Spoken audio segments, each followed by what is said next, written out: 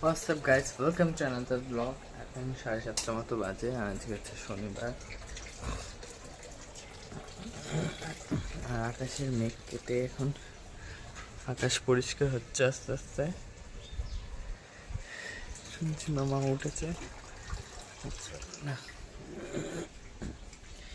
আস্তে আস্তে পরিষ্কার হচ্ছে, রোদ্দুর উঠেছে। আর বলে লক্ষ্মী পুজো অব্দি বৃষ্টি হওয়ার কথা ছিল, কিন্তু সেটা হচ্ছে না।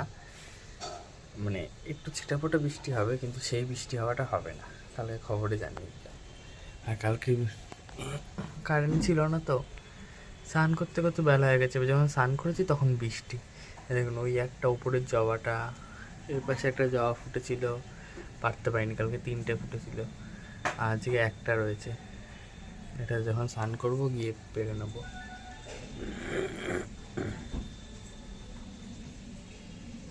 ওপাশের জবাটা পড়ে গেছে। ওইদিকে একটা বড় ফুটেছিল, সেই বড় জবাটাও শুকিয়ে গেছে। কালকে কারেন্ট ছিল না, কালকে কারেন্ট গেছিল 8টার দিকে, এই টাইমটায় গেছে। আর কারেন্ট এসছে প্রায় 12:30টার দিকে। জল কারেন্ট কিছু ছিল না কালকে, খুব জ্বালিয়ে। কালকে ভিডিও করতে পারিনি, ভালো লাগছিল না। কারেন্ট নেই, কিছু নেই, বিরক্তি লাগে। শুক্রবার করে এরকম করে, থাকেই না কারেন্ট কিছুতে। ওই রকম 8টায় চলে যাবে, কখন 10:30টায় আসে, কখন 11টায় আসে। কালকে তো একদম সেই 12:30টায় এসছে। চলুন চাটা খাই, খেয়ে স্নান টান করে পুজো দেবো। ক্লিয়ার হচ্ছে আস্তে আস্তে আকাশটা, দেখতেও ভালো লাগছে। এই হচ্ছে শরতের আকাশ, হেব্বি লাগছে দেখতে। চল চা খাই গিয়ে।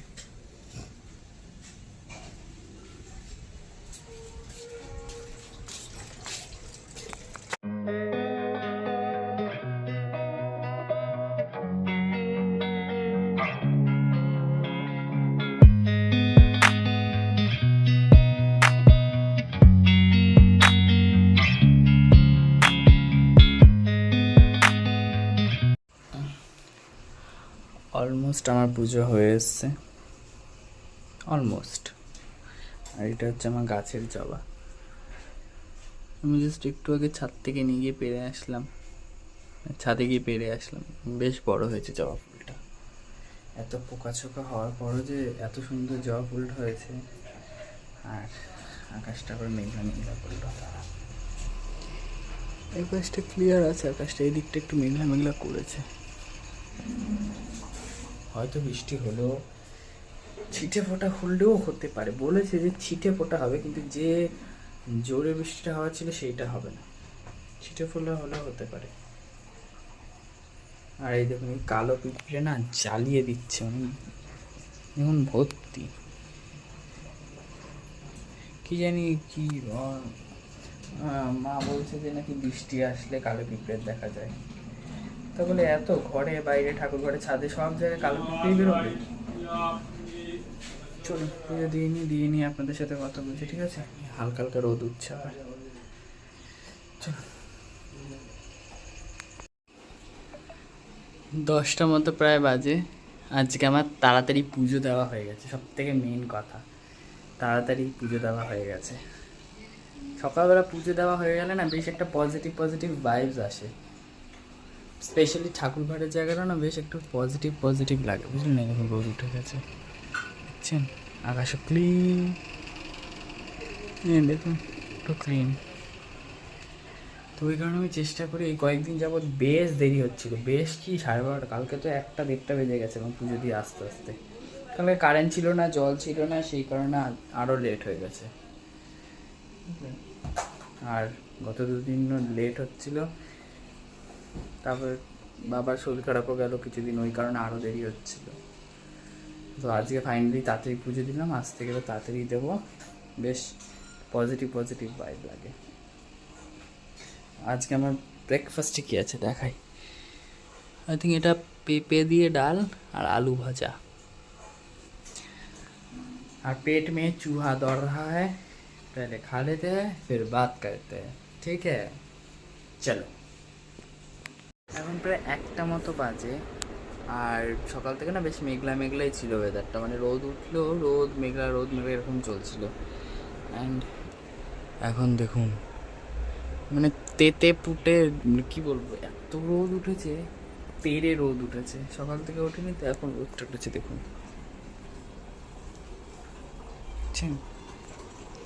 আকাশটাও বেশ ক্লিয়ার, মেঘলা মেঘলা আছে।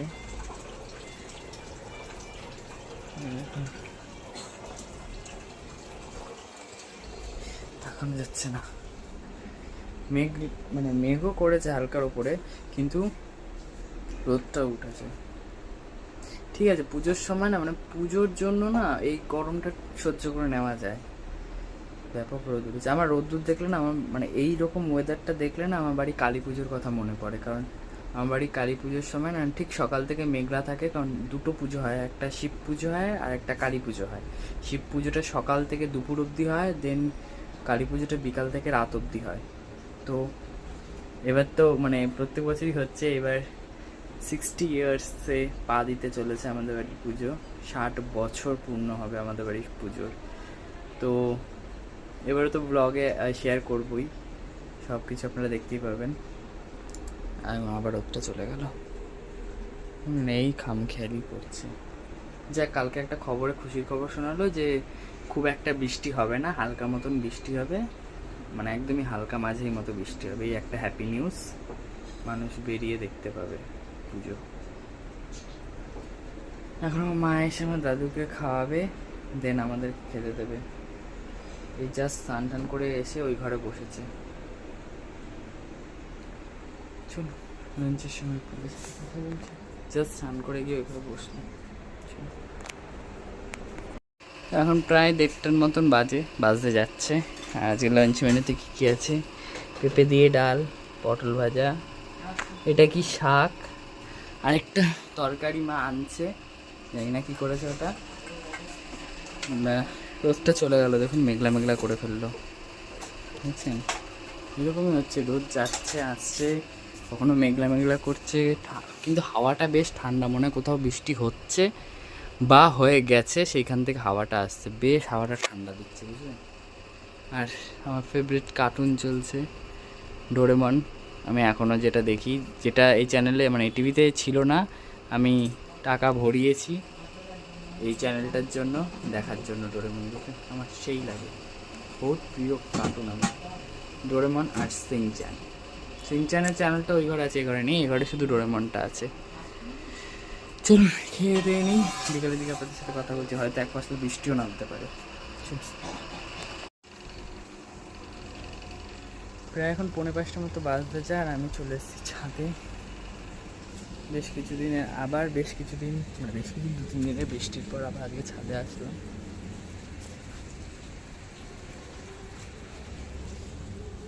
এই রোদটা হেভি লাগে, পুজোর সময় একটা রোদ তো, ওই কারণে এতটা ভালো লাগে।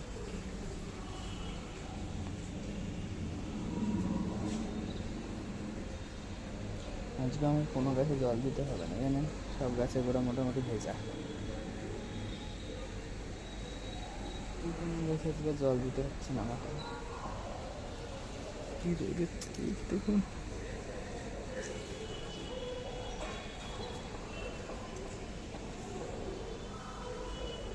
সাদা নয়নতারার চারা কমন, সব জায়গায় ভর্তি সাদা নয়নতারা গাছের চারা।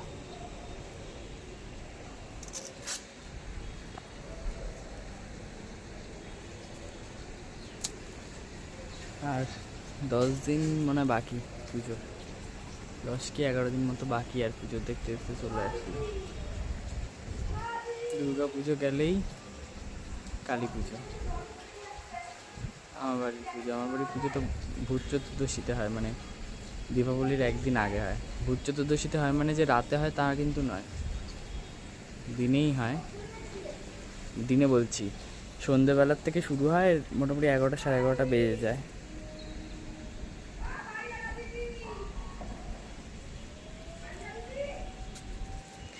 আর শিব পুজো যেটা হয় সেটা সকালবেলা শুরু হয় 9টা 9:30 10টার সময়, আর প্রায় 2:30 অবধি হয়।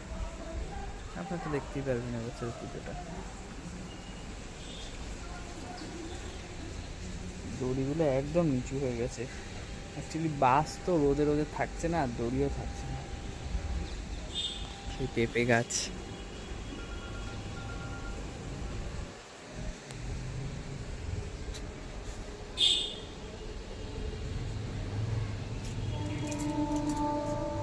একটা নিউজে দেখলাম, জায়গাটার নামটা আমার ঠিক মনে পড়ছে না।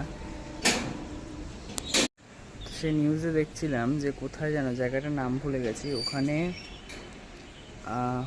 মানে এরকম পুজোর জন্য মানে প্যান্ডেল ট্যান্ডেল সব কমপ্লিট, ঠাকুরের প্রতিমাও চলে এসছে, সব হয়ে গেছে, ঠাকুরের প্রতিমা চলে এসেছিলো, মণ্ডপ সজ্জা তৈরি হয়ে গেছে, সব কিছু কমপ্লিট। এমন বানের জল ছেড়েছে, সেই বানের জলে ঠাকুর শুদ্ধ ভাসিয়ে নিয়ে চলে গেছে। ভাবুন তাহলে, পুরো মানে যে বেদির ওপর ঠাকুর বসিয়েছিল, ঠাকুর শুদ্ধ ভাসিয়ে নিয়ে চলে গেছে জলে, সব লণ্ডভণ্ড হয়ে গেছে। কী অবস্থা ভাবুন। তার মধ্যে এবার অষ্টমী নবমীটাও কেমন পড়েছে, তারপরের দিন মনে হয় দশমী। মানে মাও যেন মনে হচ্ছে এবার থাকতে চাইছে না, এইরকম অবস্থা পরিস্থিতি। আর চারিদিককার অবস্থা পরিস্থিতি যা, এই কারণে মনে হয় মাও এবার থাকতে চাইছে না, বুঝলেন। এবার অষ্টমী নবমী একদিনে, তারপরের দিনই তো মনে হয় দশমী, 3 দিনে ঠাকুর ভাসান মনে হয় দেবে, হয়তো দিতেও পারে যদি প্রপার নিয়ম টিয়ম মানে, দশমী ফশমী সব নিয়ম মানে, তাহলে পরের দিনই ভাসান দিতে পারে, 3 দিনের দিন, নয়তো একদিন রেখেও দিতে পারে ভাসান। কি জানি কি হবে পুজোতে। 6টার মধ্যে তো অষ্টমী নবমী পুজো দুটোই শেষ করতে হবে শুনলাম।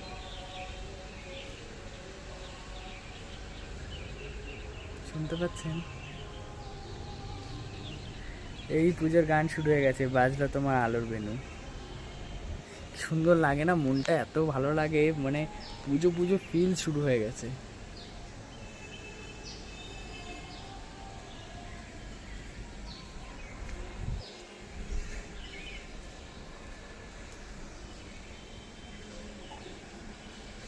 বাজলো তোমার আলোর বেনু। পুজো আসে মানে এই গান চারিদিকে, কত ব্যানার, মনটা ভরে যায় দেখলে। চল, সবাই খুব ভালো থাকবেন, সুস্থ থাকবেন। আজকে আমার গল্প এই পর্যন্তই। সবাই খুব হ্যাপি থাকবেন, চেষ্টা করবেন আশেপাশে মানুষগুলোকে হ্যাপি রাখার। টাটা।